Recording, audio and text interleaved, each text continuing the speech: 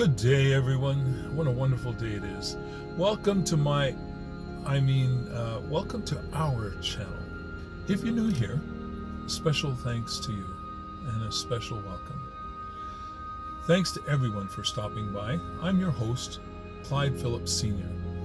Before we begin, if you're enjoying these videos, please hit that like button right now. The quicker you hit it, the more impact it has on the algorithm. Also, it wouldn't be a bad idea if you subscribe. Hit the notification bell to make sure you don't miss anything going forward. And hey, share these videos with everyone you can. We need to beat that algorithm. Okay, let's dive in. Here's how it went when Ara interviewed me about my Tesla purchase experience.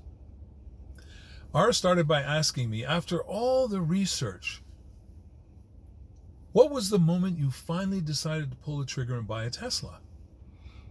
And I said, well, after 6 months of intense research, comparing every car on that list, Tesla won on about 40 out of 45 categories on my spreadsheet.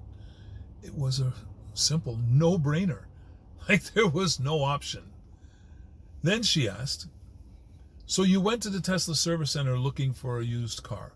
What actually happened once you got there? I couldn't find any decent Teslas.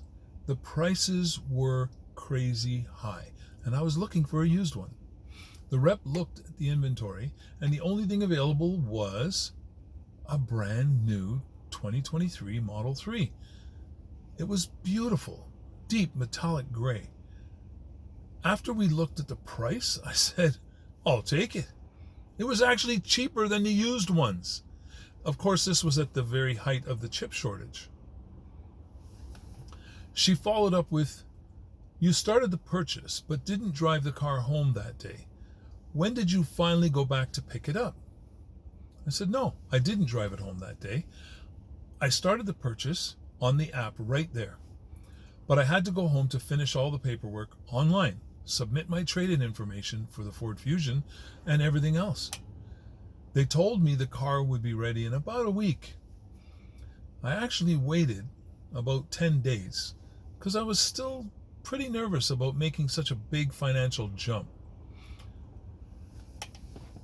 Besides, that Ford Fusion, it was beautiful and it was almost paid off. It was just on the verge, like it was right there.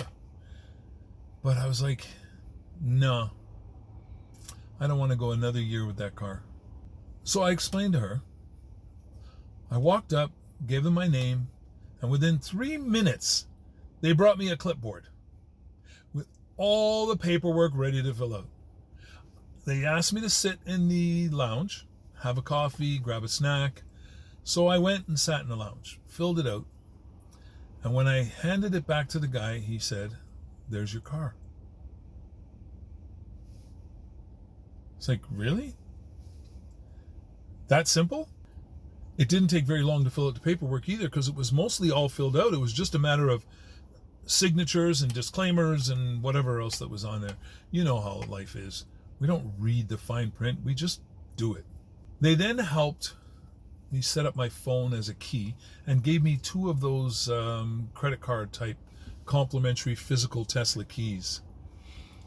That was a nice touch, and they came in handy. Ara then asked, how long did you actually spend sitting in the car before you drove it off the lot? Because I had mentioned that I did. I had a delay in leaving.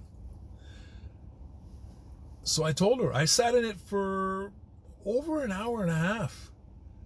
Not because I had to, but because I loved it. The seats felt perfect. The interior was so clean and simple. I went through the tutorials twice and set up everything before I even left the parking lot. And once they're set up, you save it under your name. Her next question was, you finally pull out of the parking lot. What was that first drive actually like? Said I was very tentative at first because I had never used one-pedal driving before. I left the parking lot pretty slowly, just getting the feel for it. But once it started to flow, the joy just went through the roof. I didn't even want to go home. Then she asked, "You're out there loving the car with no charger at home yet. What happened the first time you needed to charge it?" I said, "Well, I had no idea how it worked, really. Somebody told me the closest charger was at Limeridge Mall. I went there. And upon arriving, I'm like plugging in thinking I'd need a credit card, some sort of procedure, facial recognition, something. But no, it just started charging automatically. I've never bought a car and then just walked up to a gas station. It automatically started pouring in my bloody gas tank without a credit card or anything else. It was so blasted simple, it was crazy. So I was standing there, totally amazed at how simple it was. Toward the end, she asked me, "If you had to describe the entire Tesla buying experience in just one or two words, what would they be?" Honestly, I said, stressless and seamless. There was zero external pressure. The only pressure was the pressure I put on myself, trying to decide if it was the right time, if I should have pulled the trigger or not. Other than that, no pressure.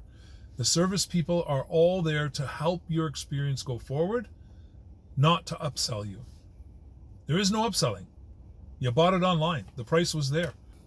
For her final question, she says, "If someone's nervous about buying their first Tesla, what would you tell them?" I thought about it. Not for very long, but I thought about it. And then it was simple. The chances of you being disappointed after you've pulled the trigger are probably 1 in a million. What more could I say? Now, if you appreciate these videos, please remember to hit the like button, subscribe, hit the notification bell, and share this with everyone you can. And remember something, folks. We never give up, and we never give in. But we always keep an open mind, because that's the way we gather knowledge. Knowledge being the only power we'll ever have in this world. And we are not giving up our power. See you in the next one. Credit for this script goes to a conversation interview between Clyde and Ara.